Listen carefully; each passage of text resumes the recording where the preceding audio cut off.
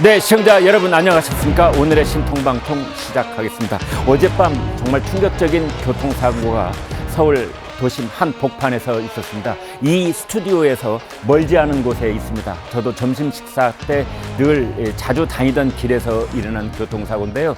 아직도 풀리지 않는 미스터리가 두어 가지가 있습니다. 왜 이 차는 상당히 긴 거리를, 그것도 4차선 도로를 역주행을 했을까요? 더더군다나 이 사고 차량의 운전사는 버스 기사인 것으로 밝혀졌는데요. 그 부부가 타고 있던 이 차량 왜 긴 기간을 역주행을 했고, 그 다음에 지금 본인은 급발진을 주장하고 있는 것 같은데, 급발진은 대개 차가 멈출 때 무엇에 충돌을 해서 멈추는 경우가 많은데, 이 차는 스스로 멈춘 그런 영상이 있습니다. 그래서 왜 그런 일이 벌어졌는지 계속 조사가 진행 중인데 너무나 큰 충격을 주었습니다. 오늘 순서 들어가겠습니다. 열심히 하겠습니다.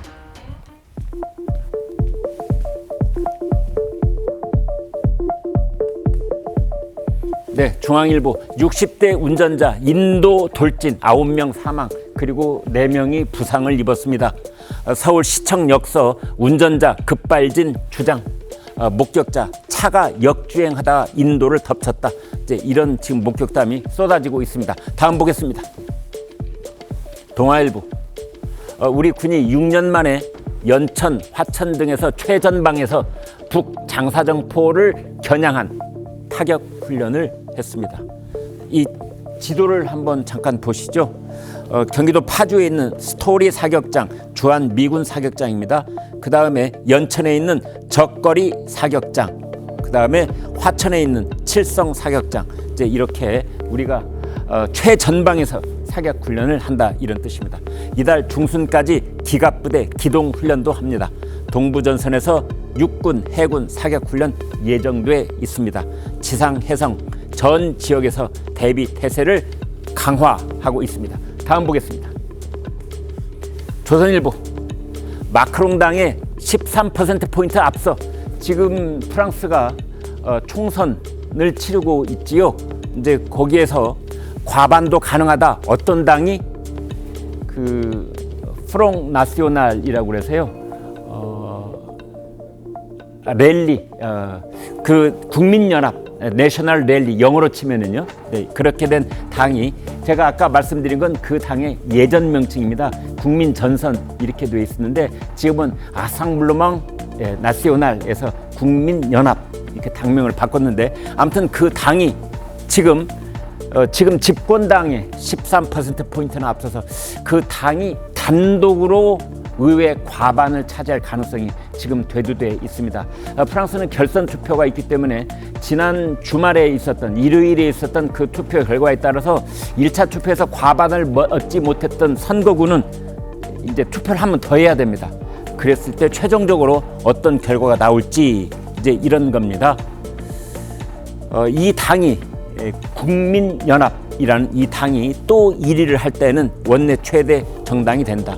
초기 총선 승부수를 띄운 마크롱, 승부수가 되기는커녕 독수가 된 것이 아니냐, 이런 얘기까지 나오고 있습니다.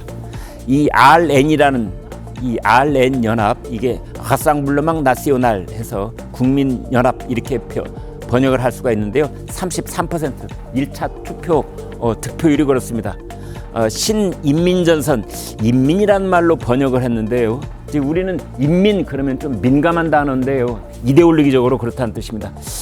이건 이제 포퓰레라는 말인데, 이거는 뭐 대중, 인민, 또 뭐 여러 가지 번역이 가능한데, 일단은 인민이란 말로 번역을 했습니다.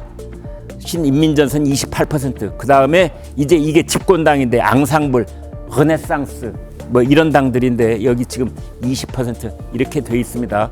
이 결과가 그대로 이어지면 이제 이 당이 과반을 차지하게 되는데, 그렇게 되면 프랑스는요, 원내 1당이 되면, 그것도 과반을 차지하는 1당이 되면 그 당이 총리를 맡게 됩니다. 그리고 그 당이 정부를 구성하게 됩니다. 그래서 이제 동거정부가 되는 건데, 이제 그런 얘기입니다. 이쪽 오른쪽 볼까요? 나치 손가락질 받던 극우, 이젠 MZ 세대와 찰칵, 뭐 이런 건데요. 이런 표현들은 좀 옛날식 표현입니다. 최근에는 정강정책이 워낙 많이 변화를 하고 있고 전통적으로 좌파가 내걸었던 그런 선거 공약도 많이 받아들이고 있기 때문에 어떤 말을 적당한 말을 써야 될지 아무튼 영어로 far right, 불어로는 extreme droite 이렇게 되는 건데 그 극우라고 우리는 이제 번역을 하고 있습니다. 이런 실정에 놓여 있는데 프랑스가 어떻게 되느냐에 따라서 유럽 전체적인 정치 지형도가 크게 흔들릴 가능성이 있어서 세계적인 주목을 받고 있는 프랑스 조기 총선의 1차 투표 결과였습니다. 오늘 토론 시작하겠습니다.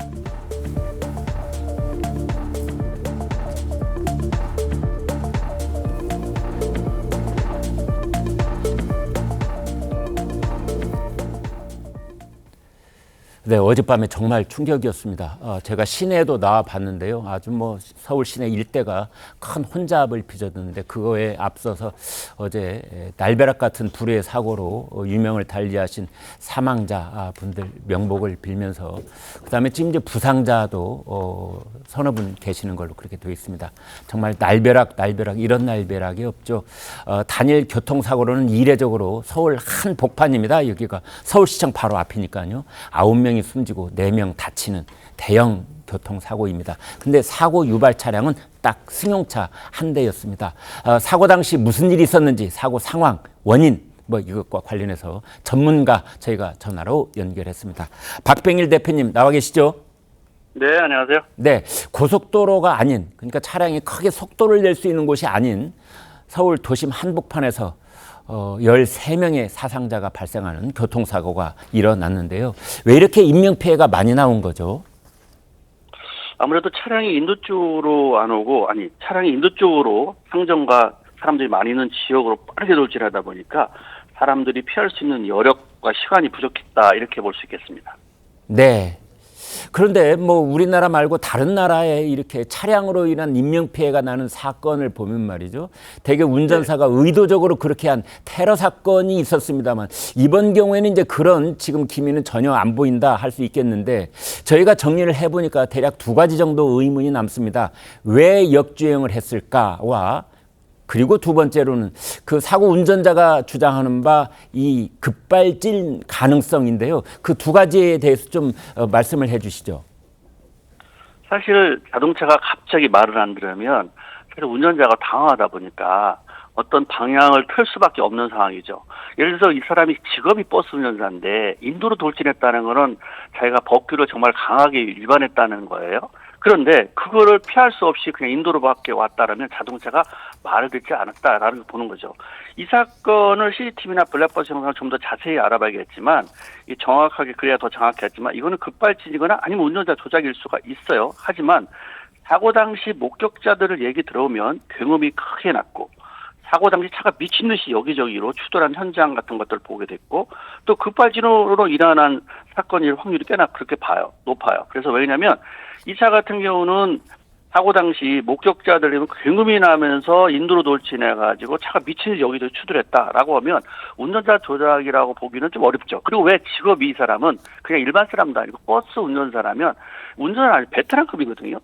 그래서 이 차 같은 경우는 아무래도 급발진 확률이 좀 꽤나 있지 않느냐 이렇게 볼 수 있습니다. 저는. 네. 그런데요, 이제 급발진 가능성 이건 아마 이제 과학적인 수사 결과가 곧 이어질 것으로 보이는데 이 운전자가 말이죠, 그 자기 차량을 통제할 수 있는 능력을 상실했다 이렇게 본다면 무슨 요인이 있을까요? 가령 건강상의 문제 또는 갑자기 감정적으로 뭐가 격화되는 그런 외부의 유발 요인? 그 차량 안에서 도대체 무슨 일이 있었을까요? 원래 자동차는 올해로 딱 138년 됐는데 100년 동안은 사실 급발진은 없었거든요. 근데 자동차에 센서와 컴퓨터가 장착된 이후부터 이제 자동차가 제어할 수 없는 상황, 급발진이 많이 만들어지기 시작했어요. 제일 먼저 전자와 센서를 도입한 미국, 독일, 일본이 먼저 시작됐고 우리나라는 1999년도에 전자연이 도입되면서 급발진이 시작됐죠. 처음에는 이제 가솔린부터 디젤, LPG까지, 버스까지 급발진이 생기는데 이거는 운전자가 제어할 수 없는 게 뭐냐면 자동차는 운전자의 의해서 조작이 돼야 되는 건데 급발진, ECU나 센서가 컴퓨터가 문제가 되면 운전자가 의도와 상관없이 RPM이 올라가고 브레이크 듣지 않고 핸들도 잠기고 기아도 빼려도 기아가 빼지 않는 현상이 빈번하게 일어났어요. 그 원인이 뭐냐면 기계로만 됐다면 기계는 뭐 사실 거짓말하지 않죠. 근데 전자는 환경에 따라서 어떤 상황 사건에 따라서 말을 안 들어요. 그러다 보니까 그런 현상이 생기지 않았나 봐요. 그래서 이 사건은 좀 더 자세히 알아봐야겠지만 굉음이 나고 차가 말을 안 듣고 빼트랑 운전사가 인도로 돌진해서 차가 여기저기 휘젓고 다녀서 사고 났다라고 보면 저는 운전자의 운전 조작 미스가 아니라 자동차가 말을 안 들었던 차구나라는 생각이 좀 강하게 듭니다. 네.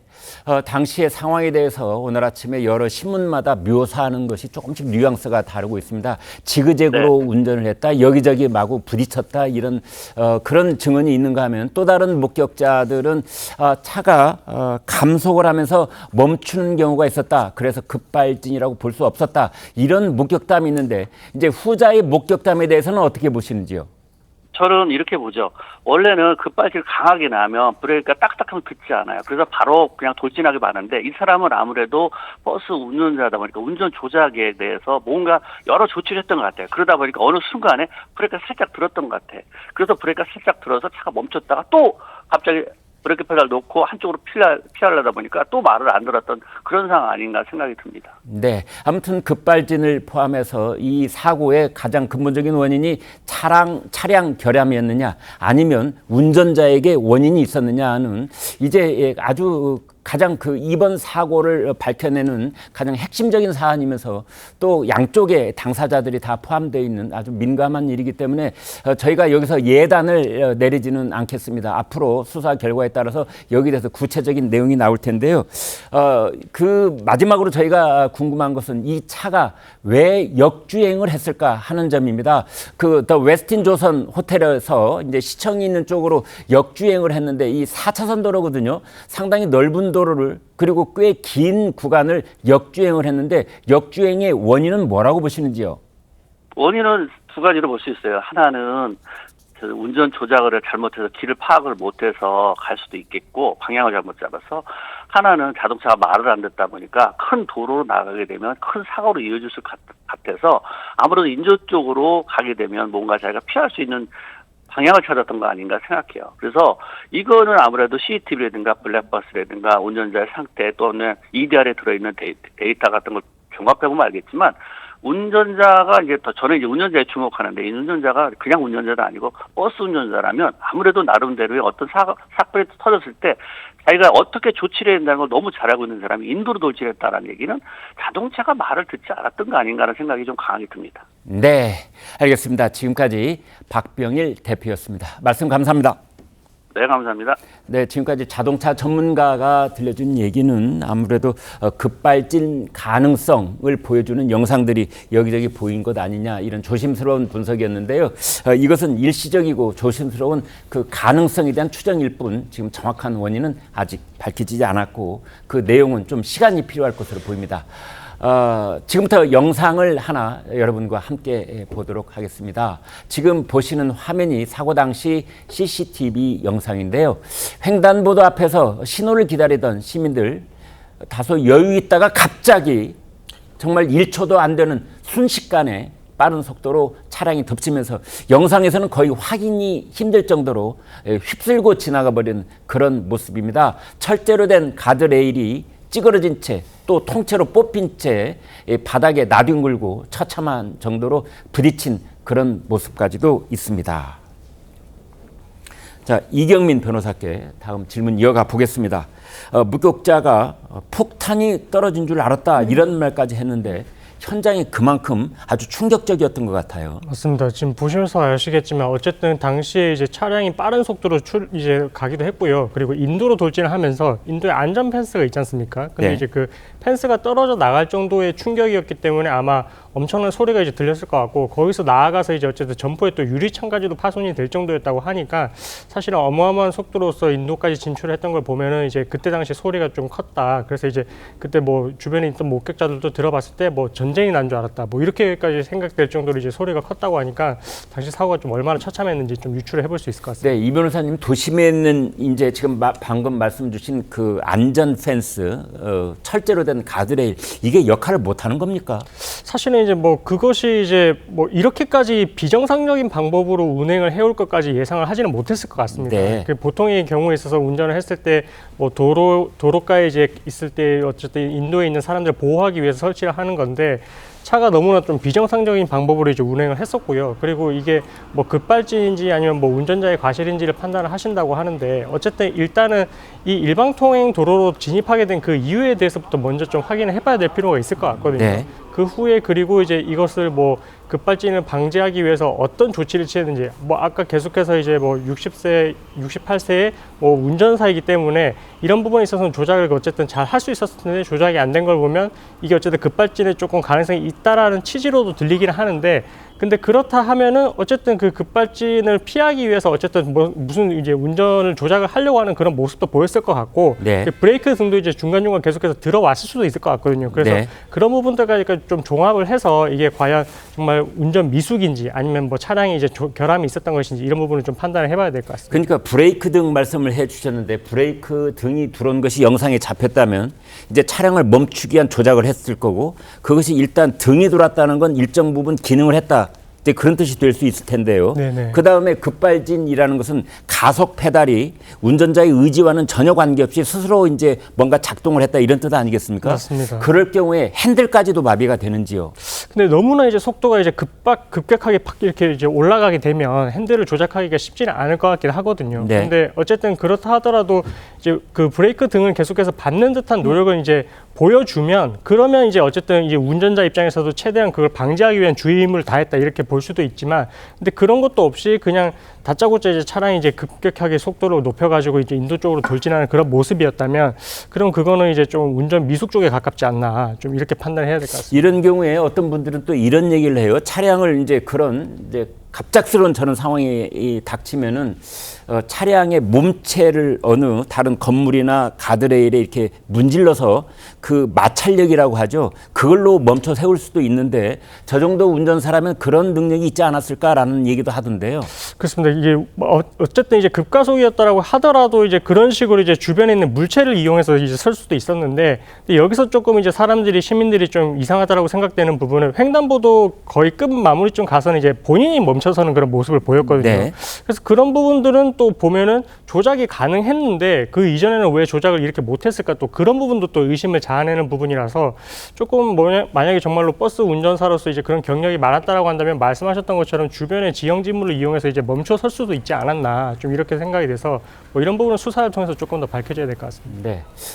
한성원 기자. 그런데 네. 그 시간이 어제 9시 반쯤이었는데요. 그 시간이면 퇴근하는 분들도 있었을 거고 네. 아니면은 뭐 저녁 식사를 일단 마치고 네. 저녁 식사 자리에서 이동을 하는 뭐 그런 분들도 있을 거고 그랬을 것 같아요. 예, 이 사망자 9명 중에 6명은 이제 현장에서 사망을 했고 나머지 3명은 심정지 상태로 병원에 이송됐다가 사망 판정을 받았습니다. 이 사망자들 나이가 30대 4명, 그리고 40대 1명, 50대 4명이라고 합니다. 이제 모두 남성이었는데 이제 신분이 밝혀졌는데 시청 직원 2명, 그리고 병원 직원 3명, 또 한 은행을 다니는 은행 직원 4명이 동시에 숨진 것으로 파악이 됐습니다. 네. 이들이 모두 이제 영등포 병원, 국립중앙의료원, 또 신촌 세브란스 병원 등 인근 장례식장에 옮겨졌는데요. 이 소식을 듣고 임시 영안실에 모인 유족들은 어제 이제 차례로 사망자의 신원을 확인을 했습니다. 이 유족들은요, 이 대부분 연락을 받고 급히 나온 모습이었는데 이 믿을 수 없는 청천벽력 같은 사고에 이 통곡하는 소리가 장례식장 앞에 도로를 메웠다고 하고요. 네. 한 신원을 확인하던 한 유족이 우리 아빠 아니라고 해라고 하면서 울부짖으면서 좀 오열을 하는 모습을 보이기도 했다고 합니다. 네. 사고 당시에 횡단보도 앞에서 신호를 기다리던 보행자들은 정말 난데없는 그런 날벼락같이 덮친 역주행 차량에 속수무책으로 사고를 당한 셈입니다. 목격자들의 얘기를 직접 들어보시겠습니다. 급발진 절대 아니에요. 조수의 여성분이 같이 동행했었고요. 그분은 절대 사람 살리는 것보다 운전석만 그분만 챙겼다는 것만 그것 때문에 일부러 나와서 이야기한 것 뿐이에요. 감춰진 것만 솔직하게 이야기해드리려고 나온 것 뿐이에요. 제 생각에는 급발진 아니고요. 일방통행길에서 반대길에 나왔기 때문에 이게 납득이 안 됩니다. 급발진 할 때는 끝날 때까지 가봤어야 되는데 거기서 그 자리에서 멈춘 거예요. 딱 횡단보도 앞에서 어디를 박은 게 아니고. 자, 이 변호사님, 이제 목격자들도 납득이 안 된다 이런 말씀이 참 많이 있는데 앞으로 수사는 어느 부분에 집중하게 되는 겁니까? 일단은 뭐 운전자의 과실인지 정말로 이제 급발진인지 여부를 확인을 하기 위해서는 그때 당시에 이제 차량의 상태를 이제 판단을 하게 되는데 네. 블랙박스를 봤을 때 어쨌든 뭐 브레이크를 밟는데 밟히지가 않아 뭐 이런 식의 소리가 들어가 있을 수도 있거든요. 네. 그래서 블랙박스의 내용도 확인을 하게 될 거고 그 사고 당시 이제 운행 기록 장치라고 해서 차량이 이제 어떤 부분에 조작을 했는지 그런 부분도 이제 판단이 됩니다. 네. 그래서 그런 부분들은 국가수의 감정을 맡겨가지고 감정 결과를 통해서 과연 그때 당시에 어떤 조작을 했는지 이런 부분도 판단을 할 수 있을 것 같고요.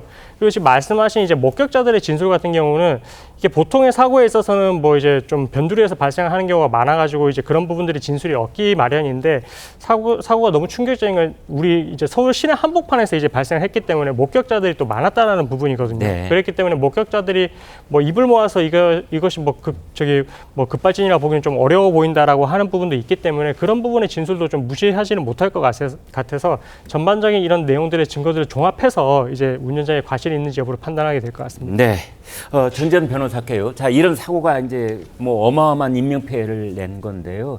이럴 경우에 우리가 의심해 볼 만한 대목은 뭐 어디일까요? 네, 지금 이제 많은 분들이 전문가들이 말씀을 해주셨는데 일단 의심할 수 있는 게 급발진이거든요. 네. 근데 급발진의 경우는 설명이 안 되는 게 왜 중간에 멈추기도 하고 횡단보도까지 가서는 자체적으로 차량을 조절을 했다는 거잖아요. 네. 그래서 일단은 급발진으로는 설명 안 되는 부분이 있는데 이거는 차량 자체의 결함이라든지 설계도를 보고 판단을 해야 될 것 같고 그 다음에 이제 의심할 수 있는 게 음주운전인데 그건 아니라고 하고요. 네. 그리고 졸음운전이라고 보기에는 저렇게 인도까지 돌진해가지고는 왔다 갔다 한 게 설명이 안 돼요. 네. 그럼 이제 그 다음에 생각해 볼 수 있는 게 어떤 지병으로 인해서 가속 페달을 정신없이 밟다가 나중에 이제 브레이크로 조절을 했는 건 아닌가 그런 의심이 들거든요. 가령 예전에 보면은 가령 뭐 김주혁 씨. 심장에 이상이 온다든지 또는 이제 자기 신체를 스스로 통제할 수 없는 어떤 급작스러운 병이 이제 그 병우가 생길 수도 있거든요. 네, 그리고 실제 운전자가 가슴 통증을 사고 후에 호소하면서 나왔다고 얘기를 해요. 네. 과거에 김주혁 씨 사건 같은 경우에도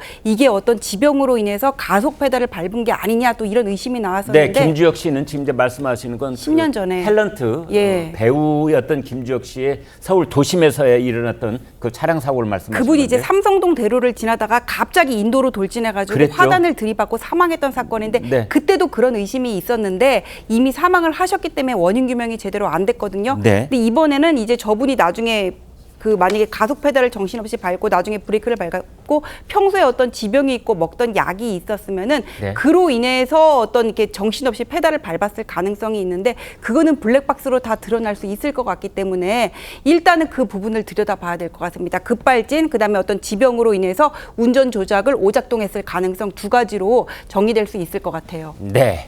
아무튼 경찰이 지금 이제 블랙박스를 확보를 했다면 그 블랙박스의 내용을 정밀하게 분석을 하고 있을 것으로 보고 그 내용 역시 오늘 중으로 좀 공개가 될 것으로 기대해 볼 수 있겠습니다.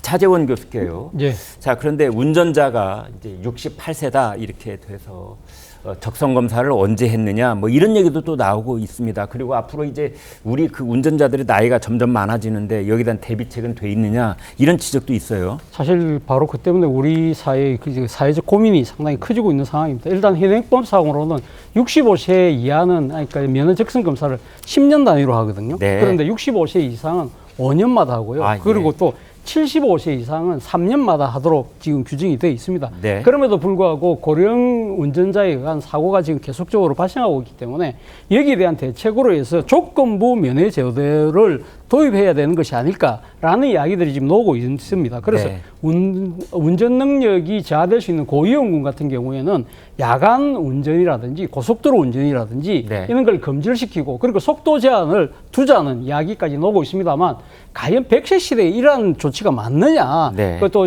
지금 연령층이 높은 분들에 대한 차별 식의 탁상행위라는 그러한 또 비판도 만만치 않습니다. 그렇기 때문에 일부 지자체 같은 경우에는 이 지금 고령의 운전자가 운전면허증을 반납할 경우에는 일종의 뭐랄까요? 그러니까 지금 인센티브를 제공하는 네. 그러한 경우도 많다고 합니다. 각 지자체별로 한 10만 원에서 한 30만 원 정도 이렇게 해서 운전면허증을 아예 자진해서 반납할 경우에는 그 돈을 주는데 네. 이 돈을 좀 더 늘리자는 이야기도 있습니다만 앞서 제가 말씀드린 대로 지금 100세 시대지 않습니까? 네. 그렇다고 한다면 건강한 노년이 유지되기 위해서는 교통권의 확보도 상당히 중요한 부분이 있기 때문에 과연 이를 증가하는 고령자의 운전사고와 거기에 대한 적절한 대응이 무엇인지는 좀 더 우리가 국가적인 차원에서 심중하고 또 아주 좀 신속하게 논의할 필요가 있지 않나 생각이 듭니다.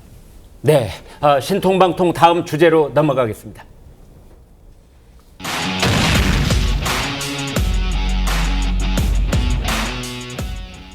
정부가 바뀐 지 2년여를 지나고 있지만 여전히 풀리지 않는 의문이 있습니다. 여러 차례 의혹이 제기됐던 문재인 전 대통령 부인 김정숙 여사의 샤넬 재킷의 행방입니다. 문재인 정부 측 인사들은 샤넬 측이 한국에 기증을 했다. 기증이라는 말을 썼습니다. 그러나 이렇게 기증된 김 여사의 옷이 아니었다. 기증된 것은 뭐 또 이런 말도 나오고 있습니다. 그래서 여러 가지 미스터리에 관한 얘기가 나오고 있습니다. 김정숙 여사가 입었던 샤넬 재킷은 어디에 있는 걸까요? 그 옷이 그 옷 맞은 걸까요? 검찰이 본격 수사에 착수를 했습니다.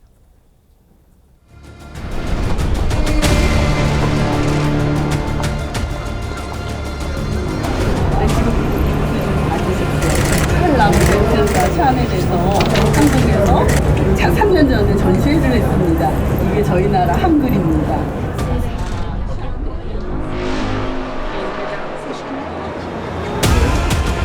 프랑스 순방 때 샤넬 디자이너가 한글로 디자인한 옷을 저희가 빌려 입고 다시 그걸 샤넬에 돌려줬더니 이게 한글로 디자인돼서 의미가 크니 한국에 기증하겠다라고 해서 한국에 기증을 했고,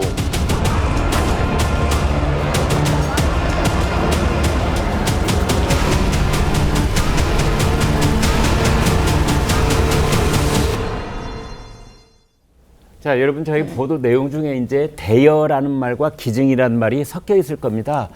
그래서 저희가 좀 구분을 해드리겠습니다. 원래 그 청와대 쪽, 문재인 정부 청와대 쪽의 설명은 대여를 했다. 대여라는 건 돈을 내고 일정 기간 빌려왔다 이런 뜻이 되겠죠. 그랬는데 그걸 다시 돌려주니 이제 그 샤넬 측에서, 샤넬 코리아 측에서 이렇게 대통령 부인이 입을 정도로 큰 의미가 있는 옷이니 샤넬이 한국 정부에 기증을 하겠다. 그래서 이제 앞에 썼던 대여와 뒤에 썼던 기증이란 단어가 이렇게 지금 섞여 있는 셈입니다. 그때가 2018년입니다. 프랑스 국빈 방문 당시에 이제 샤넬로부터 그 옷을 빌렸다라는 건데 검찰이 무엇을 수사하고 있다는 건지 그 내용을 알아보겠습니다. 한송은 기자. 예, 이 김정숙 여사 관련 의혹을 수사 중인 이 중앙지검이 최근 국립한글박물관장과 직원을 참고인으로 소환 조사를 했습니다. 이 과거 샤넬 재킷 논란이 불거지자 문재인 정부 청와대는 당연히 반납을 했고 이 샤넬이 국립한글박물관에 기증했다 이렇게 밝혔는데요.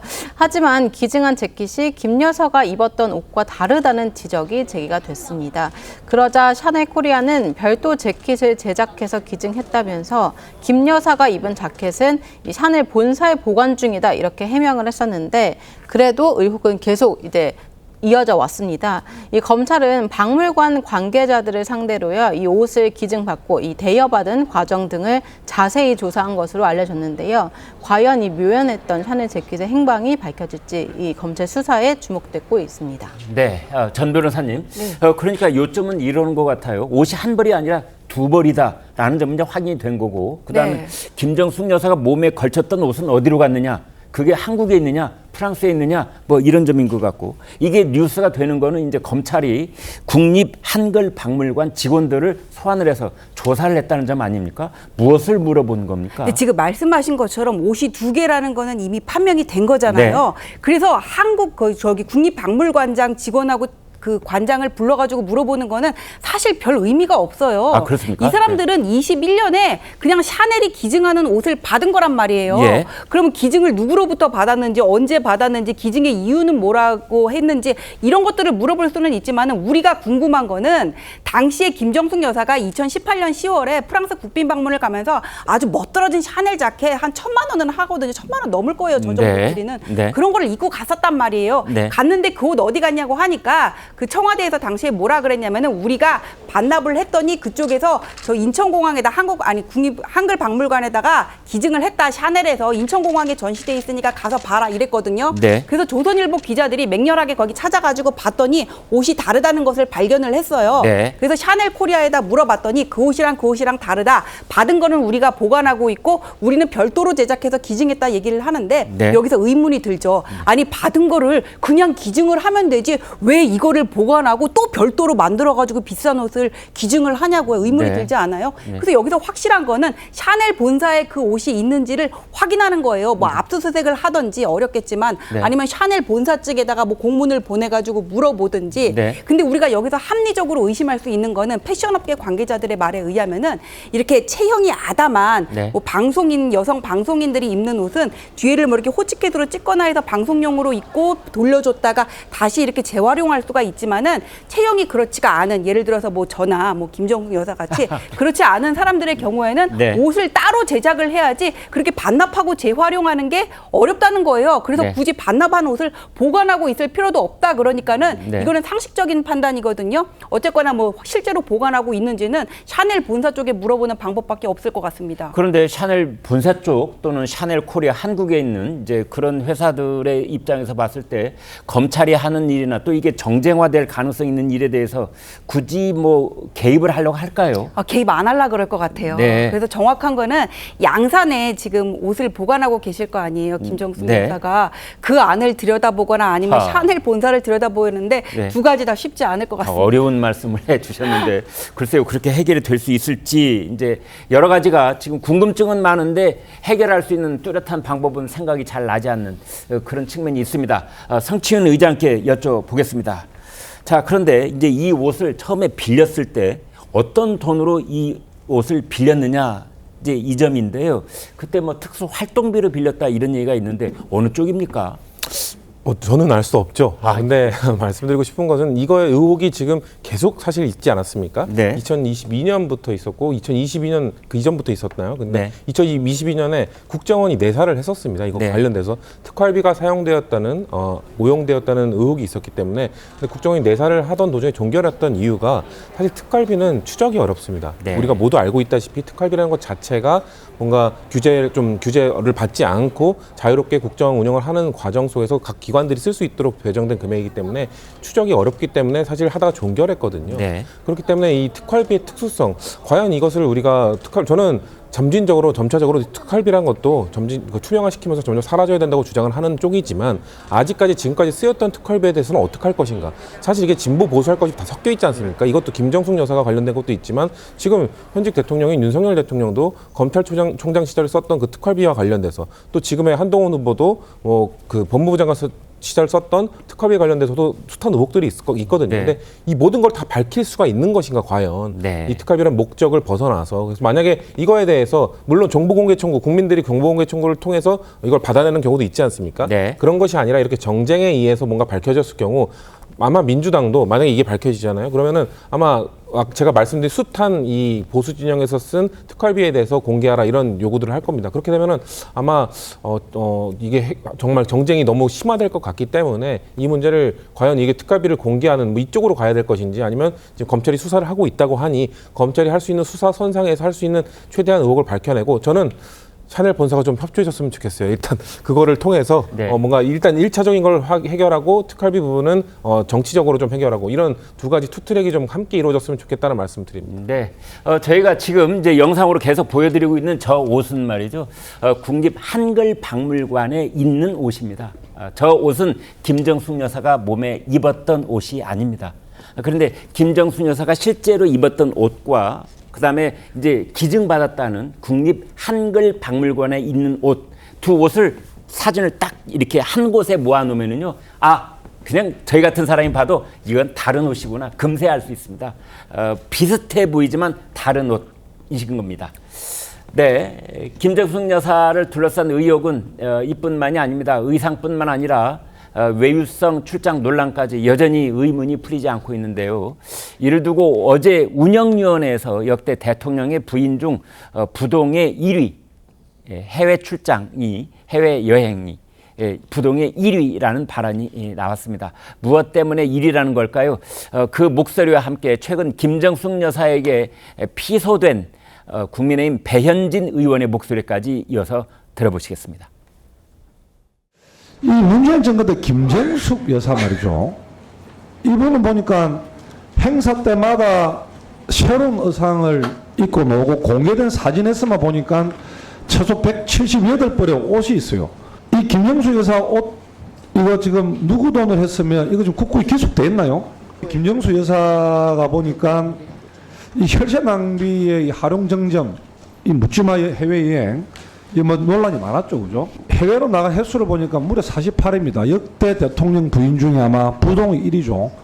우리 문재인, 김정숙 두 부부 측에서 저를 이제 명예훼손으로 고소하셨는데요. 네. 가만히 있으면 그냥 이제 이 죄를 인정하는 꼴이 되니 네. 아마 그 마지막 그 비명을 지르고 싶으셨던 것 같아요. 거짓된 내용으로 여사를 궁지에 몬 것은 남편이세요. 그러니까 지금 예. 고소한 주체가 잘못된 거예요. 예. 했으면은 기분 나쁘다 이렇게 고소를 하실 거였으면 문재인 전 대통령을 고발하셨어야죠. 권력자라 하더라도 국민들 세금을 주머니 쌈짓돈처럼 쓰면 안 되는 거 아니겠습니까? 자, 어제 이제 운영위원회에서 강민국 의원의 얘기, 그다음에 이제 별도로 배현진 의원의 얘기, 두 분 다 국민의힘 소속 의원입니다.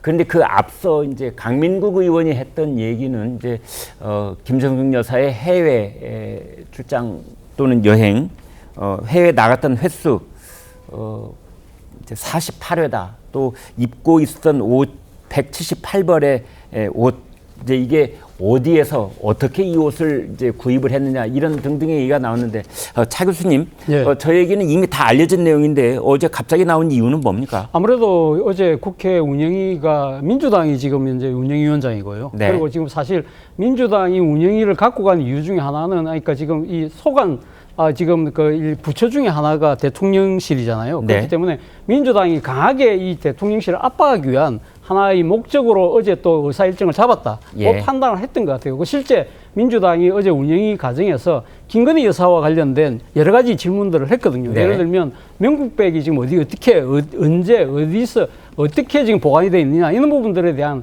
강한 그 공세가 있었기 때문에 나름대로 지금 국민의힘 입장에서는 어떻게 보면 공격이 최선의 방어다고 해서 네. 전임 정권의 영부인에 대한 문제를 일종의 집어내어서 일종의 물타기를 한 것이 아닐까라는 생각이 듭니다. 네.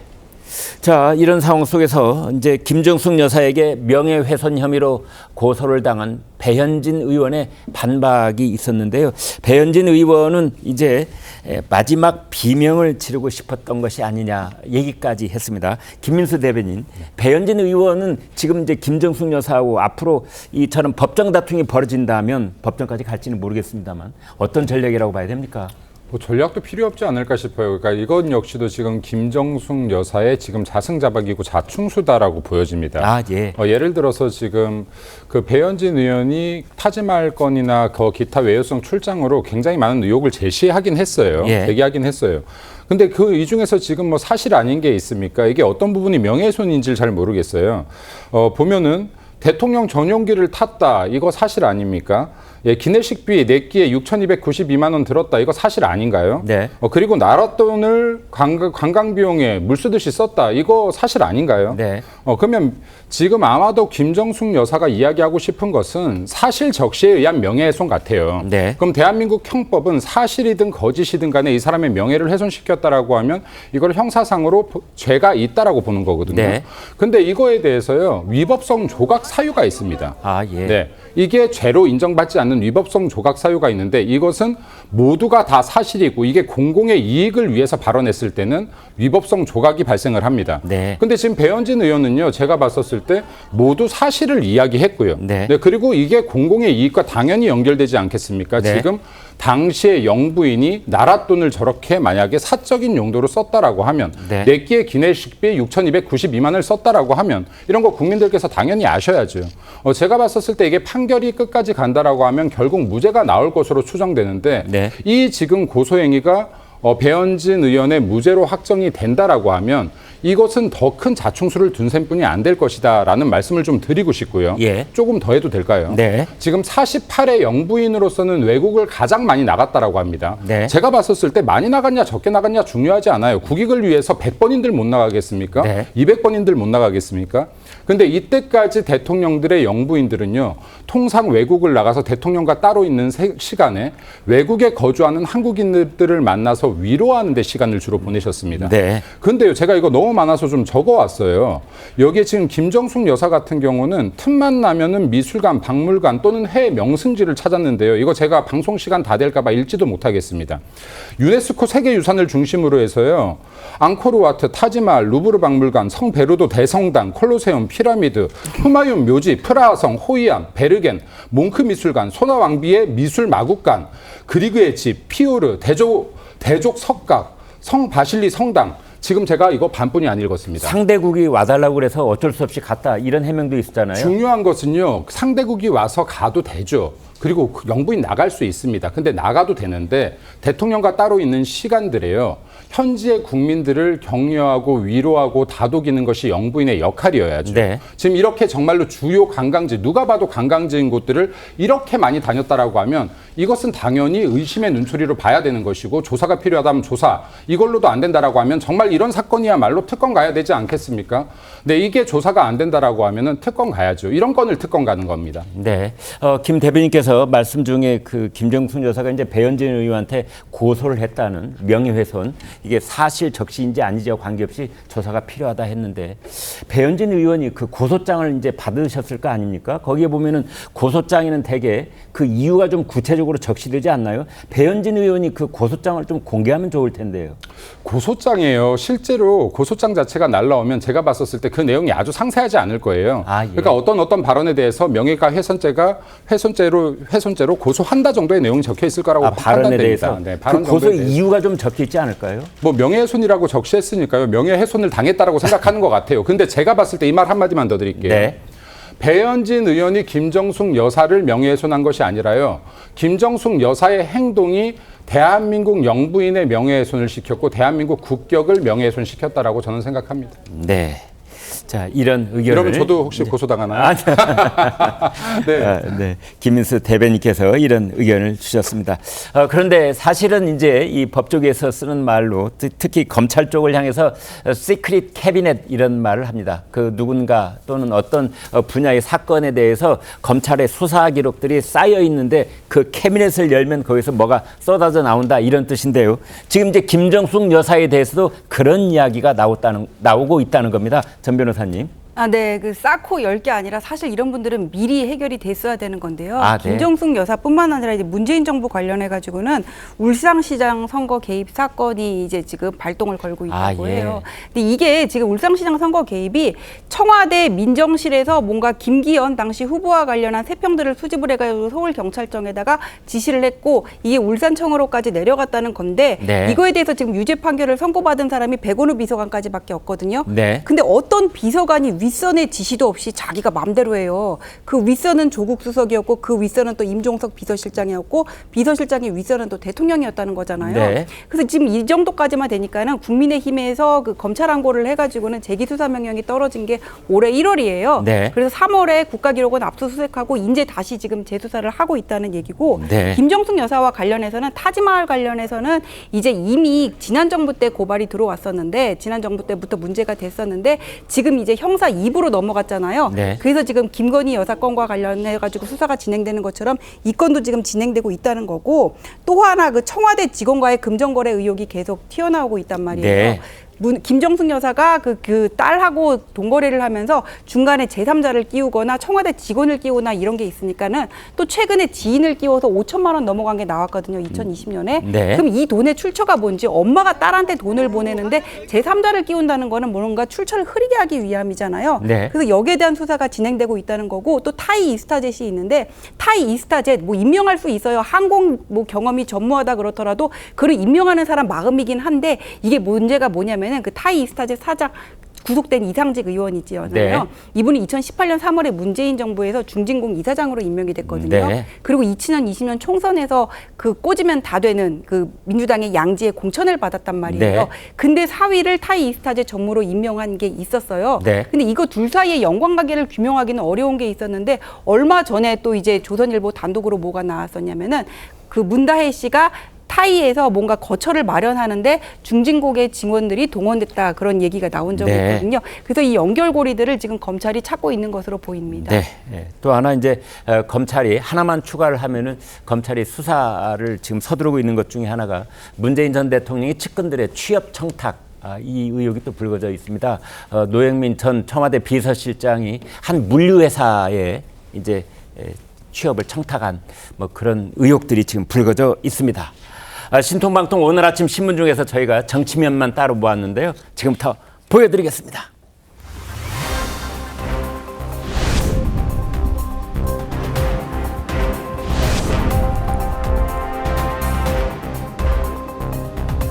조선일보 보겠습니다. 배신이라는 말, 그 다음에 박근혜 전 대통령 탄핵이라는 말, 배신이냐, 박근혜 전 대통령 탄핵이 누구 책임이냐, 이런 공방이 국민의힘 전당대회를 앞두고 그 당권 후보들 사이에서 오가고 있다, 이런 겁니다. 그래서 비난만 있고 비전이 없다. 비난은 있는데, 비난만 있는데 비전이 안 보인다. 후보 4사람 인신 공격성 난타전. 나경원, 윤심팔이 줄서기 해서는 안 된다. 원희룡, 듣보잡 사천 조사해야 한다. 이제 원희룡 후보 입장에서는 지난 4.10 총선 전에 한동훈 비대위원장이 이끌었던 공천 작업, 그것도 다시 조사해야 된다, 이런 뜻입니다. 윤상현, 한동훈은 민주당 대표인가? 이런 말도 했고요. 한동훈, 원희룡, 박근혜 탄핵 때 뭐 했느냐? 당신 찬성하지 않았느냐? 심지어 탈당하지 않았느냐? 뭐 이런 말까지 지금 이어가고 있습니다. 당 안팎에서는 우려스럽다, 그런 얘기고요. 오세훈 서울시장, 제발 품격 좀 챙겨라, 이런 말도 했습니다. 김종인 전 비대위원장, 당 정상화가 어려워 보인다, 이런 말을 했네요. 다음 보겠습니다. 국민일보, 어대명, 어차피 대표는 이재명, 그 민주당 전당대회 최고위원 경선도 명심바라기, 오로지 명심이 어디에 있느냐, 이것일 뿐이다. 그래서 이제 남은 것은 찐명 대 짠명, 그런 입길이다, 이런 제목인데요. 진짜 친명이 누구냐, 가짜 친명이 누구냐, 이거 가려내는 일만 남았다, 이런 겁니다. 김민석, 한준호, 이성윤 입단 출사표, 시종일관 친명 마케팅 10명이 넘을 것으로 예상을 하고 있습니다. 9일, 10일 예비 후보가 등록하고 14일 예비 경선을 치른다고 합니다. 다음 보겠습니다. 한겨레, 차기 대표도 사실상 조국, 최고위원 후보는 가뭄. 조국 혁신당이 곧 전당대회를 연다고 하는데요. 그래서 차기 대표 얘기가 여기도 나오고 있습니다. 위기감 도는 조국 혁신당. 개원 2주 만에 지지율 한 자리로 하락. 한때는 20% 중반까지 치달았던 이제 조국 혁신당의 지지율이 막상 22대 국회를 문을 열고 나니 큰 역할을 하리라던 그 본인들의 장담과는 정반대로 지지율이 급락하는 그런 모습을 보이고 있습니다. 지지 기반 허약하다는 그 허약을 드러냈다는 지적이 나오고 있습니다. 민주당과 차별화, 민주당의 협력, 뭐 양쪽 의견이 엇갈려 있는데 해법을 놓고 자강론, 실속론, 이것이 맞서 있다고 합니다. 토론 이어가겠습니다.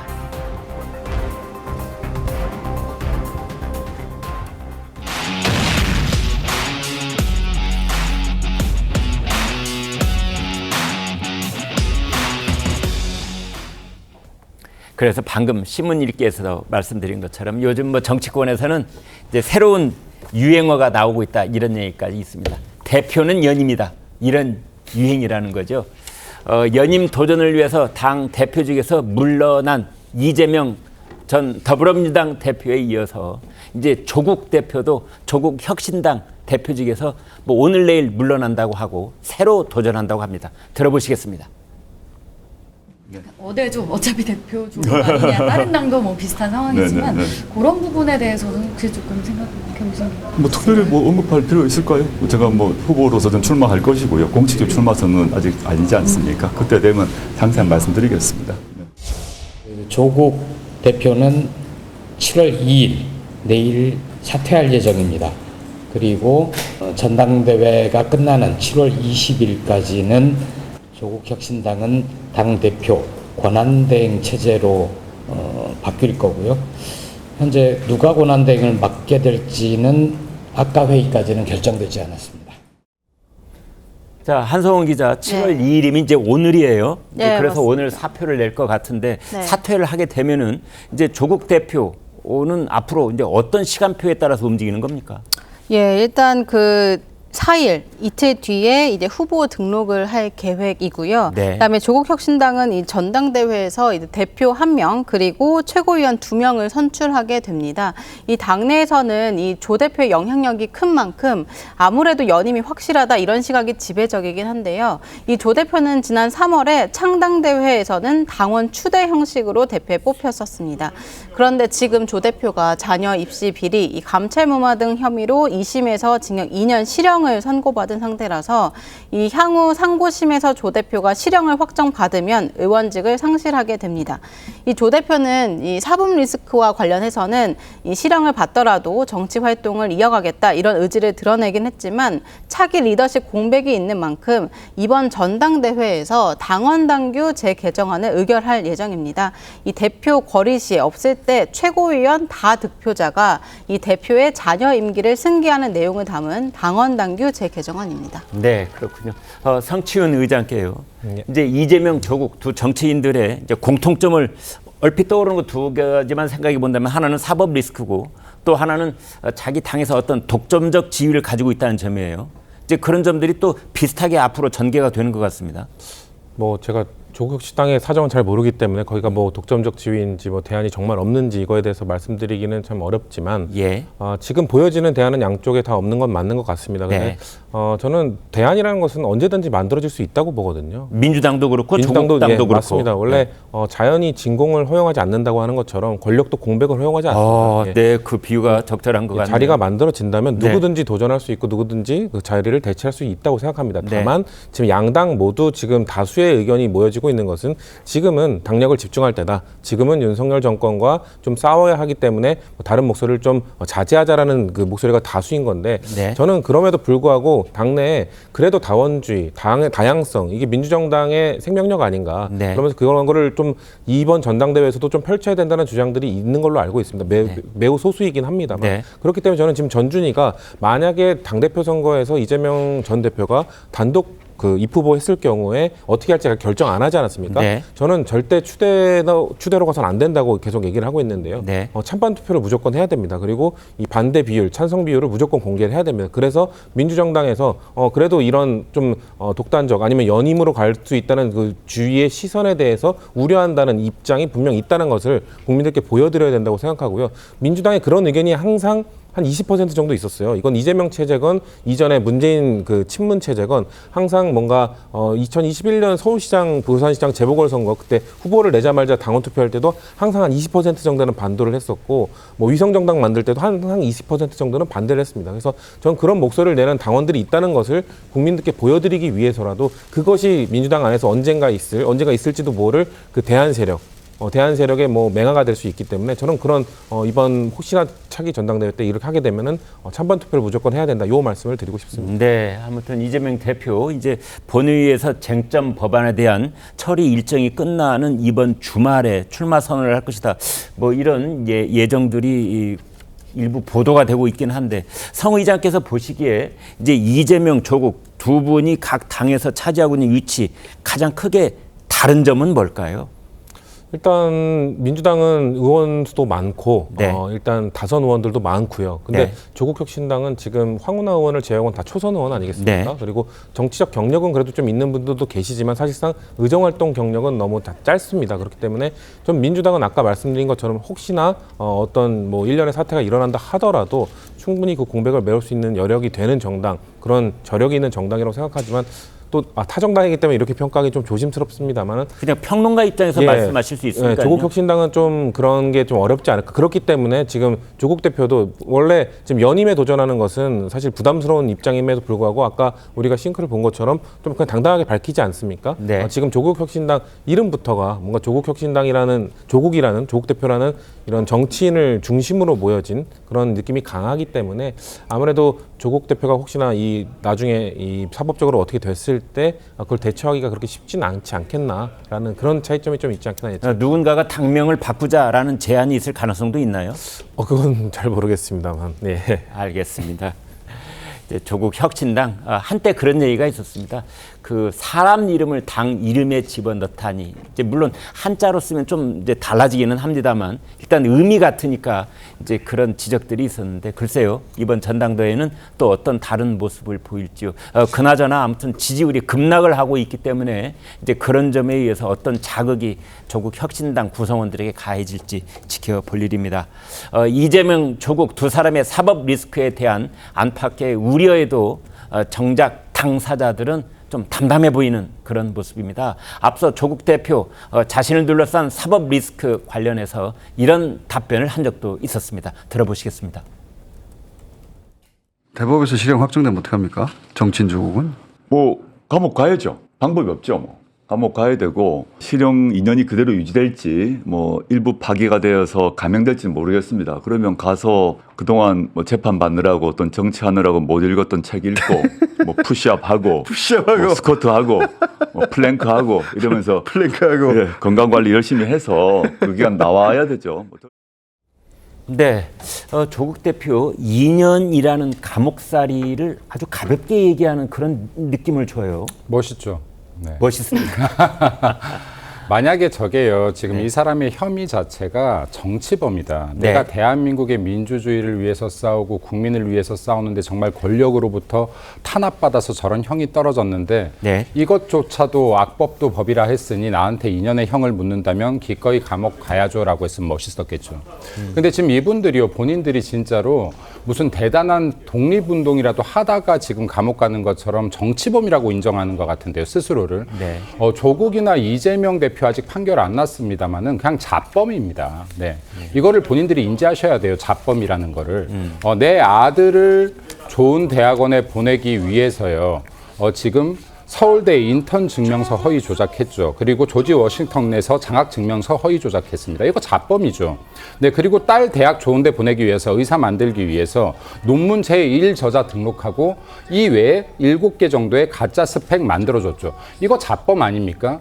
그리고 내가 정당한 감찰받고 있는 것, 내 힘을 이용해서 감찰 무마시켰습니다. 이거 지금 윤재수 감찰 무마 사건이거든요. 네. 이런 거요, 권력형 범죄라고 하고 내 힘을 이용한 권력형 범죄라고 하고요. 이 수준 자체는요, 자범 수준의 뿐이 못 미친다. 근데 이러한 사람들이 지금 당 대표를 하고 있습니다. 이거 제가 좀 국민의힘 우리 정부에 좀 대한 비난을 좀 할게요. 조국이요, 윤석열 정권을 탄생시킨 주요한 요인 중에 하나입니다. 네. 이때 당시에 많은 국민들이요, 대한민국의 정의가 무너졌고 공정이 무너졌다면서 울분을 토했습니다. 그 윤석열 대통령께요, 이런 것들 좀 바로 잡아달라고 윤석열 대통령을 대통령으로 뽑은 국민들 굉장히 많습니다. 왜 이렇게 지체됩니까? 이 사람들이 지금 조국 혁신당의 당대표가 되거나 민주당의 당대표가 되는 거 국민들 눈으로 봐야 되겠습니까? 이 네. 재판이 늦어지고 있는 것이 윤석열 대통령 탓인가요? 아니요, 탓이라고 얘기하고 있는 거 아닙니다. 아, 그렇습니까? 네. 이것이 사법부에서 지연된 정의는 정의가 아니라고 했는데 이걸 증명하고 있는 겁니다. 너무나 판결이 지연되다 보니까 국민들이 이 사람들 죄가 없나라고 인식하기 시작하는 겁니다. 근데 우리 사법부는 왜 그럴까요, 그러면? 이거 여러 가지 이유가 있죠. 뭐 김명수 대법원장부터 시작해서요. 지금도 김명수 대법원장 체제 아니죠. 예, 탓을 할 수는 없잖아요. 탓은 할 수 없기 때문에 지금 조금은 속도가 빨라지는 부분들이 보이고 있죠. 네. 그래서 제가 이 부분은 윤석열 대통령님이나 그리고 우리 사법부나 그리고 검찰의 한 말씀 드리고 싶습니다.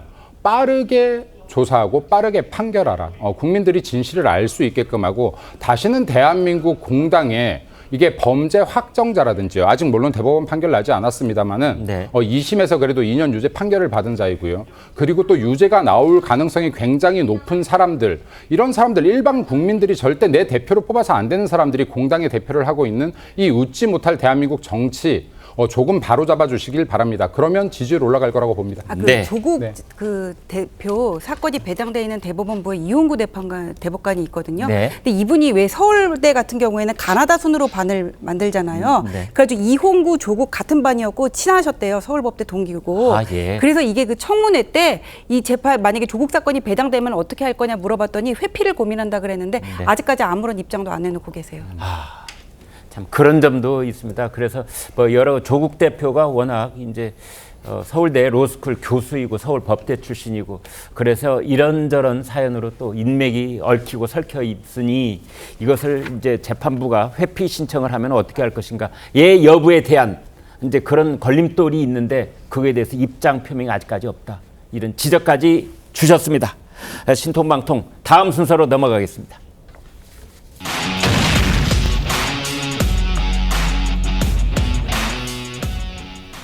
네, 원한 쌓이는 원한 이제 한자로는 다릅니다만 거대 야당에 맞서서 여당을 이끌어갈 국민의힘 당대표 3주 후 결정됩니다. 당권을 손에 쥐려는 후보들의 싸움은 날이 갈수록 거세지고 있는데요. 원희룡 후보와 한동훈 후보 사이에 이번에는 탄핵 공방전이 벌어졌습니다. 듣고 오겠습니다. 이렇게 하면 결국 탄핵의 문이 열립니다. 2017년에 네. 결과는 탄핵당하고 다 공멸했습니다. 탄핵에 말려들면 그게 국민에 대한 배신입니다. 제가 알기로는 원 후보를 비롯해서 많은 분들이 탄핵 소추안을 국회에서 통과시키셨죠. 원 후보 같은 경우는 본인이 국회는 아니었지만 그 전후에서 굉장히 탄핵을 해야 된다. 탄핵이 너무 잘했다. 이런 입장까지 내셨던 것 같은데요. 다른 분들도 탄핵에 찬성하셨던 분들 아닌가요? 저는 대안을 제시했습니다. 나머지 세 분께 여쭤보겠습니다. 이거 어떻게 막으실 거예요? 어떻게 막을 수 있습니까?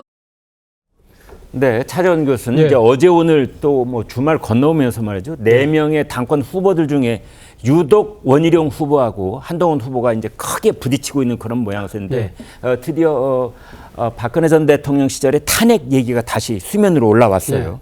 어떻게 봐야 됩니까? 저는 뭐 이러한 논쟁 자체가 과연 두 분을 넘어서 국민의힘에게 어떠한 그러니까 도움이 될 것인지 저는 좀 구계자 입장에서 고개가 갸웃거릴 수밖에 없는 상황이에요. 사실은 뭐 두 사람은 뭐 불과 몇 달 전에 어깨동무하면서 같이 승리하자고 외쳤던 동지였잖아요. 인천 계양을 선거구에서 그러니까 말이죠. 이 지금 진행되는 양상을 보고 있으면 이 두 사람이 지금 여야 편을 나눠서 대선 경쟁을 하고 있는가라는 착각이 들 정도로 지금 사실 한 당의 전당대회 모습으로 봤을 때는 조금 정치적 검도를 넘어가는 수준이 아닐까라는 생각이 든다는 겁니다. 앞서 우리 그 신문 보면서 뭐 김종인 전 비대위원장이 그런 이야기 했잖아요. 전당대회 끝나고 당의 정상적인 운영이 힘들 것 같다라고 이야기했는데 제가 봐도 상당한 후유증이 예상된다는 겁니다. 사실 이 전당대회가 뭐 소위 말하는 뭐 민주주의 축제가 아니라 너 죽고 나 살 자식의 일종의 사생결단식 싸움이 되고 있다는 것이죠. 그렇기 때문에 상당한 아마 후유증이 있을 수밖에 없다는 것이고 또 하나는 제가 이 상황을 보면서 떠오른 것은 10년 전 상황입니다. 10년 전에 여당이 새누리당이었잖아요. 그때 2014년 전당대회 때 유력 후보가 2명이었거든요. 김우성 후보와 서청원 후보였는데 당시에도 이 소위 말하는 배신의 정치 프레임을 갖고 아주 공방이 크더랬습니다.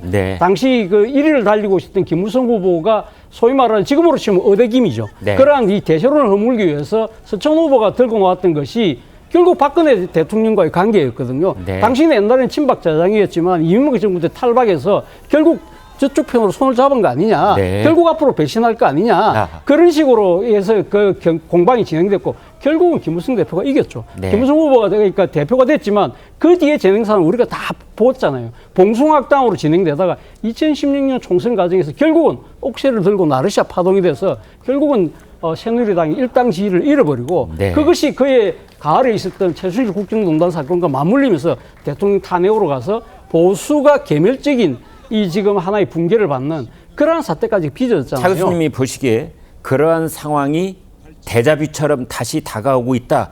이런 예감을 갖고 계신 겁니까? 저는 그런 생각이 들 정도로 네. 좀 아슬아슬한 모양새로 진행되고 있는 것이 현재의 국민의힘 전당대회 상황이 아닐까라는 오늘 생각이 아침 듭니다. 국민일보를 보니까요. 차 네. 교수님도 직전에 말씀을 해주셨는데 지금 이제 원희룡, 한동훈, 원희룡 두 사람이 두드러지게 부딪히고 있는 것은 현재의 권력과 미래의 권력의 대리전을 치르고 있기 때문이다. 이런 말을 했더라고요. 그렇죠. 그런 측면이 분명히 있는 것이죠. 앞서 제가 2014년 상황도 이야기했지만 당시 김문성 후보가 사실은 이 차기 대선 주자 1위였거든요. 네. 그렇기 때문에 그때도 미래 권력과 현재 권력의 싸움이라는 이야기가 됐었는데 네. 사실은 이런 식의 미래 권력과 현재 권력의 충돌은 여러 번 있었잖아요. 그럼에도 불구하고 이러한 상황이 어느 정도의 나름대로의 정치적 검도, 선이라는 게 있었는데 이거 자체가 지금 상당히 지금 넘어가고 있는 상황이 아닐까라는 그러니까 지금 생각이 든다는 당권을 놓고 경쟁을 벌이고 있는 네 사람 후보들 중에 2027년에 대선 경선을 벌일 두 사람을 뽑으라면 한동훈, 원희룡일 것이다.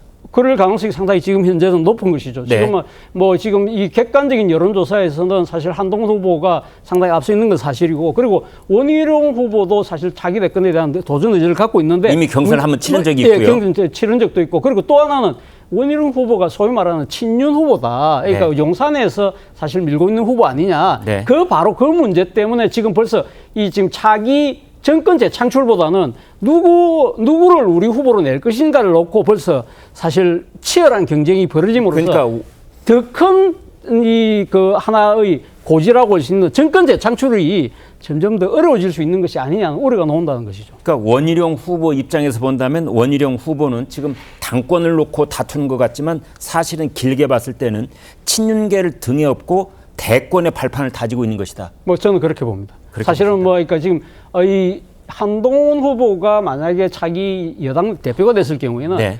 차기의 그러니까 지금 여덟건의 대선 주자가 한동훈이 될 수밖에 없다는 그런 우려를 아마 지금 용산을 비롯해서 친윤계들이 갖고 있고, 이건 어떤 식으로 막아야 되겠다는 생각들이 이런 형태로 나타나는 것이 아닐까라는 생각이 든다는 겁니다. 네, 앞서 원희룡 후보가 쏘아올린 불출마 진실 공방이 있었습니다. 원희룡, 한동훈 두 사람이 맞붙었는데요. 불출마 도대체 언제 무슨 약속을 했다는 건지 지금부터 들어보겠습니다. 한동훈 장관도 당시에는 총선 패배의 책임 때문에 나갈 생각이 전혀 없다라고 명시적으로, 또는 그것을 전제로 모든 이야기를 했고요.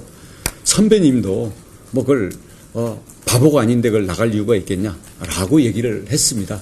그래서 그냥 묵시적으로 그걸 전제하고 그에 대해서 더 깊이 얘기는 안 했고요. 5월 10일에 원희룡 전 장관 만나셨을 때도 안 나간다고 그러셨다면서요? 근데 저는 그거 좀 의아한 게요. 네. 그냥 그분이 저한테, 제가 그분을 굉장히 열심히 도와줬잖아요. 그러니까 고마워서 밥 사겠다고 만난 거고, 거기서 그런 얘기 할 상황 아니었고 그런 얘기 안 했습니다. 둘이서 뭐 사적으로 만나서 한 얘기를 한참 지나서 입맛에 맞게 윤색해서 왜곡해서 그렇게 얘기하는 게 좀 이상해 보이더라고요. 저희는 그런 거 서로 상의할 사이는 아닙니다. 그리고 그때가 5월 초인데 무슨 전당대회까지 얘기를 하겠어요. 네, 전지현 변호사께요. 근데 한 사람은 명시적으로 얘기를 했다. 또 한 사람은 전혀 아니다. 진실은 어디에 있는 겁니까?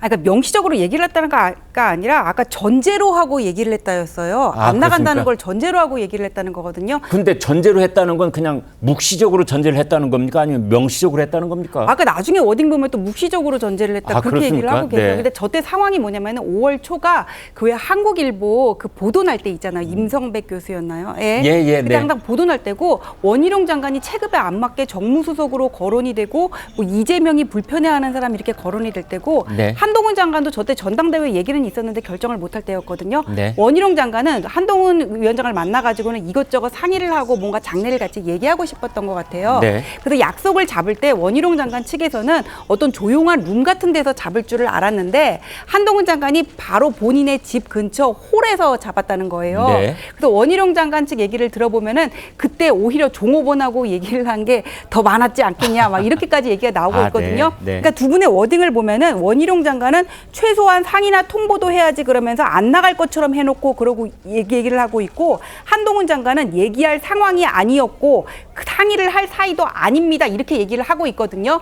제가 제 자리에 저 자리에 없었기 때문에 누가 거짓말을 하고 있다 이렇게 함부로 얘기를 하기는 어렵지만은 네. 저 만남을 대하는 자세나 어떤 그 진지성, 그 만남을 제안하게 된 경위나 그런 부분에서 두 분이 좀 이렇게 의견이 맞지 않았던 것 같아요. 차이가 있었던 게 아닌가. 네. 그러면서 서로 다르게 받아들이거나 아니면 커뮤니케이션이 안 된 부분이 있지 않나, 저는 그런 생각이 듭니다. 네. 이런 상황 속에서 여러분 기억나실 겁니다. 원희룡 후보는 이제 지난번 대선 국면에서 그 당시 이준석 당대표와 그 당시로서 그 윤석열 후보 얘기를 놓고 그때 아주 좀 볼썽사나운 그 워딩이 하나 있었습니다. 뭐 정리가 될 거야 이런 얘기, 이제 그런 얘기를 이준석 대표가 했느니 말았느니 그 말을 어떻게 해석해야 되느니 그런 얘기가 있었는데 그거 어떻게 봐야 됩니까, 김 대변인? 그 굳이 따지면 저거 논란이라고 해야 되나요? 아, 저거 논란. 네, 지난 대선에서 이제 이준석 그 전 당대표가 저거 곧 정리될 거야라고 말했다는 거예요. 네. 근데 이제 원희룡 지금 전 장관은 그 저거가 윤석열 당시 후보를 말한다. 아, 그러니까 예. 윤석열 곧 정리될 거야라고 했다라고 네. 주장하는 것이고, 이준석 전 당대표는 아니다. 여론조사 결과를 보고 나면 당내 갈등들이 정리될 거다라는 취지로 말을 했다라는 거예요. 네. 그럼 둘이 같은 내용으로 전혀 다른 기억을 하고 있죠. 지금 원희룡 전 장관과 또 이게 한동훈 전 위원장 같은 경우도 둘이 똑같은 상황에서 다른 기억을 하고 있는데, 네. 이거는 저보다는 전문가들의 견해를 좀 말씀드릴게요. 네. 이게 뇌과학자들이요. 예. 기억이라는 것은 입력, 저장, 출력 세 단계를 거치는데 네. 이 중에 하나만 약간 틀어져도 전혀 다른 기억을 만들어낸다라고 아, 합니다. 네, 네. 네. 그래서 실제로 기억을 지우는 것보다 기억을 조작해서 만들어내는 게 훨씬 쉽다라고 뇌과학자들이 이야기하고 있어요. 네. 이 말은 뭐냐면 정치인들이 둘이 만나서 나눈 얘기에 어떤 게 진실인지 제가 볼 때 중요하지 않다. 네. 아, 그렇습니까? 불과 네. 2달 전 얘기인데. 네, 그렇습니까? 중요하지 않다. 왜냐하면 이게 뭔가 중요한 쟁점 사안이 아니고 이 두 분이 똑같은 사항을 각자 편의대로 기억했을 가능성이 있을 것 같다. 그럼에도 불구하고 중요한 것은 두 분 다 지금 현재 당대표에 출마를 하셨다는 것이 중요한 것인 것 같고요. 그리고 두 분 다 대선의 뜻이 있다는 것이 중요한 것 같습니다. 제가 여기에 방송에서 본 방송 외에도 타 방송 어딜 가도 같은 말씀을 드렸는데, 어떤 분이 대통령 후보가 되든지요, 우리가 정권을 재집권하기 위해서는 윤석열 정권의 성공이 반드시 담보돼야 된다는 이야기를 했는데, 어떠한 말과 행동들이 지금 윤석열 정권 남은 3년을 성공으로 이끌 것인지에 더 집중을 한다라고 하면 전당대회가 좀 더 합리적이고 그리고 바람직한 방향으로 흘러가지 않을까 생각됩니다. 네. 그래서 이제 말씀 뇌과학자까지 이제 인용을 하셨는데, 사실은 우리 이제 일반인들도 그렇습니다. 두 사람이 만나서 이 얘기를 한참 하고 헤어졌는데 각자가 자기가 있는 곳으로 돌아가서 말을 전달할 때는 전혀 내용과 문의와 빛깔이 다른 그런 얘기를 할 경우가 얼마나 많습니까? 그래서 써놓는 거지요. 너도 읽어봐, 나도 읽어보고 오늘 우리가 나눈 내용은 이런 거야. 이런 이제 작업을 하는 이유가 바로 거기에 있습니다. 그런데 지금 이제 원희룡, 한동훈 두 사람이 만났던 곳에서는 뭐 메모를 해놨겠습니까? 그냥 말로 하고 듣고 끝났는데 이제 서로 다른 그런 얘기가 지금 부딪혀 있는 셈입니다. 자신을 향해서 휘몰아치는 공세 속에서도 한동훈 후보는 윤석열 대통령과 한동훈 본인, 그 윤한 관계를 두고 자신의 생각을 여러 차례 얘기를 하고 있습니다. 논란이 끊이지 않는 10초 동안 통화를 했을 뿐이야. 이제 이것은 물론이고요. 앞으로 정치 여정에 대한 생각도 이야기를 했는데 들어보시겠습니다. 통화 내용을 제가 상세하게 말씀드리는 건 적절하지가 않습니다. 다만 10초, 우리들이 얘기만 하고 인사만 해도 뭐 10초 금방 지나잖아요. 그렇지는 않고요. 오랜만에 통화 드렸으니 여러 덕담 같은 걸 서로 나눴죠. 제가 당대표가 되면 더 원활해질 겁니다. 당정관계라는 것이 결국은 뭔가요? 당정관계는 좋은 정치와 민생과 좋은 국민들에게 삶을 더 잘 살게 하기 위한 수단과 과정일 뿐이에요. 대통령님이나 저나 거기에 대해 생각이 다를 수가 없습니다. 국민의힘에서 정치를 마치겠습니다. 또 뭐 바꿀 게 있나요? 저는 그런 얘기를 하시는 분들이 당을 자꾸 많이 바꿨던 분들이 저한테 그런 질문을 하시더라고요. 네, 차 교수님. 예. 이제 당을 많이 바꿨던 분, 나는 이제 국민의힘에서 정치를 시작해서 여기서 끝낼 것이다라는 네. 부분, 이 부딪힘은 어떻게 봐야 됩니까? 아무래도 그러니까 지금 한동훈 이 후보가 당을 바꿀 것이라고 이렇게 공세를 취하는 쪽의 입장에서 봤을 때는 지금 현재 한동훈 후보가 소위 말하는 거대한 대세론을 갖고 있잖아요. 그렇다고 이 대세론을 옮기기 위해서는 저 사람을 배신할 수 있는 사람이야 라는 이야기를 자꾸만 유권자들에게 각인시키려고 하는 것이죠. 네. 그래서 아까 제가 말씀드린 대로 2014년도에 새누리당 내의 그 당권대회 때 그때 나왔던 이야기가 배신의 정치였거든요. 그것이 결국은 현재 대한민국 보수의 어떻게 보면 정치적 질곡을 하나의 가져왔던 아주 안 좋은 하나의 프레임인데 네. 그 프레임이 지금도 다시 또 동원되고 있다는 것이고, 또 한편으로는 사실 한동훈 후보에 대한 이런 이야기들은 결국은 자기 정치하려고 하는 것이 아니냐. 네. 그리고 당과 뭐 여러 가지 국가나 이런 것보다는 자기가 다음 대통령 되기 위해서 어떤 식으로 당을 이용하고 헌신작전을 벌일 수 있다. 그런 이미지들을 계속적으로 생산해내는 것인데, 문제는 이 과정에서 정말 안타까운 대목은 제가 여러 차례 이야기했습니다만, 한동훈 후보가 갖고 있는 한동훈표의 정치 콘텐츠, 네. 색깔, 정책 비전, 이런 부분들에 대한 논의는 완전히 뒤로 지금 밀리고 있다는 거예요. 네. 예.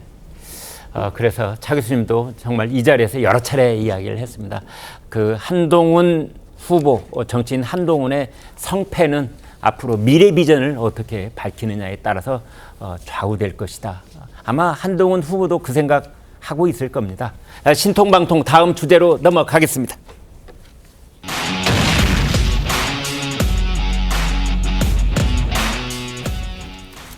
어제 국회 운영위원회가 열렸습니다. 그래서 새로 이제 자리에 오른 그 대통령실 정진석 비서실장이 국회에 와서 첫 선을 보인 그 정진석 팀의 여러 가지 실력을 가늠해 볼 수 있는 그런 자리이기도 했죠.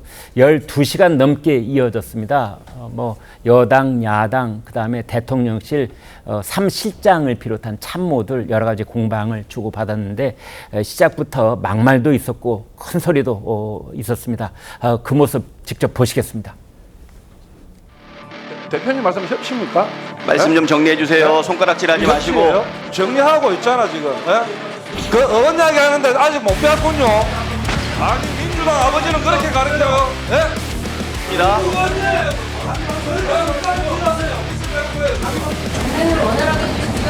배현진 의원님 입 닫으시면 바로 진행할 수 있습니다. 네. 왜 그게 사과의 내용이죠? 그러면요, 입을 열라고 합니까 지금 이 시간에? 입 닫으세요. 아니 그러면 계속 입을 열라고 합니까? 네, 성치훈 의장께요. 자, 그래서 이제 정진석 비서실장이 뭐 그 해병대원 이제 특검과 관련해서 또 그날 작년 8월 2일 날 대통령이 하루 종일 했던 전화 내용 가지고 또 뭐 여러 가지 공방이 있었는데요. 이제 그리고 또 지금 방금 영상에서 보여주신 저런 볼썽사나운 모습이 그러니까 12시간이니까 뭐 여러 모습들이 운영위원회 하루 종일 혼재되어 있었는데 이제 총체적으로 좀 평가를 해 주신다면 그 정진석 비서실장이 이끄는 대통령실의 운영위원회 데뷔전 어떻게 보십니까? 글쎄요, 뭐 일단 정진석 실장은 시종일관 포커페이스 유지를 잘하신 것 같아요. 원래 의정 활동 하실 때도 표정 변화가 그렇게 크지 않으셨던 분이거든요. 네. 침착한 의정 활동을 이어 오셨던 걸로 기억하기 때문에 어제도 뭐 좀 곤란한 질문을 받으면서도 또 뭔가 대통령실 전화번호와 관련돼서 본인이 좀 사실관계가 다른 뭐 북한이 보고 있다, 근데 다 공개된 번호 아니었습니까? 네. 그런 거에 대해서 실수를 했을 때도 또 의연하게 뭐 흔들리지 않고 좀 잘 대처하신 것 같은데, 근데 사실 운영위는 대통령실의 데뷔전이기도 하지만 운영위원들, 여당 운영위원들도 함께하는 자리거든요. 아, 그렇네요. 예, 네. 그렇기 때문에 근데 저는 정진석 실장은 포커페이스 유지를 잘했으나 여당 운영위원들이 저는 좀 너무 과했다. 연기가 좀 헐리우드 액션이 너무 과했다고 보여집니다. 왜냐하면 원래 이게 진보 보수 할 것 없이 여당은 그 특히나 지금 뭐 김건희 여사 관련이든 최혜병 관련이든 좀 대통령실이 좀 공격받을 것이 많을 때는 여당은 항상 뭔가 최대한 파행시키고 좀 정회시키고 이런 거를 좀 전략적으로 취합니다. 이게 뭐 민주당이 여당일 때도 그랬기 때문에 이게 뭐 나쁜 것이라기보단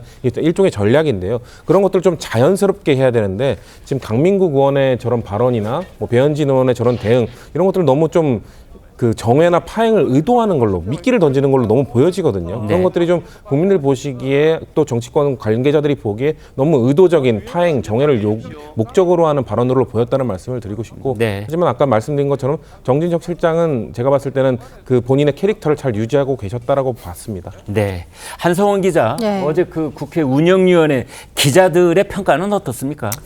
어제 기자들의 평가는 그러니까 운영위 다웠다는 것보다는 약간 뭐 대통령실 참모들이 다 본격적으로 나와가지고 좀 작심하고 발언을 하고 네, 또 그리고 또 본질을 봐라 이렇게 얘기도 하고 또 민주당이 질문을 하는데 그 질문을 되받아치기도 하고 좀 대통령실에 좀 다른 모습을 보였다 이런 평가들이 많았습니다. 네. 오늘 또 신통방통 출연자들께서 여러 가지 의미 있고 날카로운 평론을 주셨는데요. 다시 들어도 명쾌한 오늘의 일타일담은 바로 이겁니다. 이거에 대해서 물론 정보공개 청구, 국민들이 정보공개 청구를 통해서 이걸 받아내는 경우도 있지 않습니까? 그런 것이 아니라 이렇게 정쟁에 의해서 뭔가 밝혀졌을 경우 아마 민주당도 특활비에 대해서 공개하라 이런 요구들을 할 겁니다. 그렇게 되면은 저는 샤넬 본사가 좀 협조해줬으면 좋겠어요. 일단 그거를 통해서 뭔가 일단 1차적인 걸 해결하고 특활비 부분은 정치적으로 좀 해결하고 이런 두 가지 투트랙이 좀 함께 이루어졌으면 좋겠다는 말씀을 드립니다. 네. 국익을 위해서 100번인들 못 나가겠습니까? 200번인들 못 나가겠습니까? 근데 이때까지 대통령들의 영부인들은요, 통상 외국을 나가서 대통령과 따로 있는 시간에 외국에 거주하는 한국인들을 만나서 위로하는 데 시간을 주로 보내셨습니다. 여기에 지금 김정숙 여사 같은 경우는 틈만 나면은 미술관, 박물관 또는 해외 명승지를 찾았는데요. 이거 제가 방송 시간 다 될까 봐 읽지도 못하겠습니다. 유네스코 세계유산을 중심으로 해서요.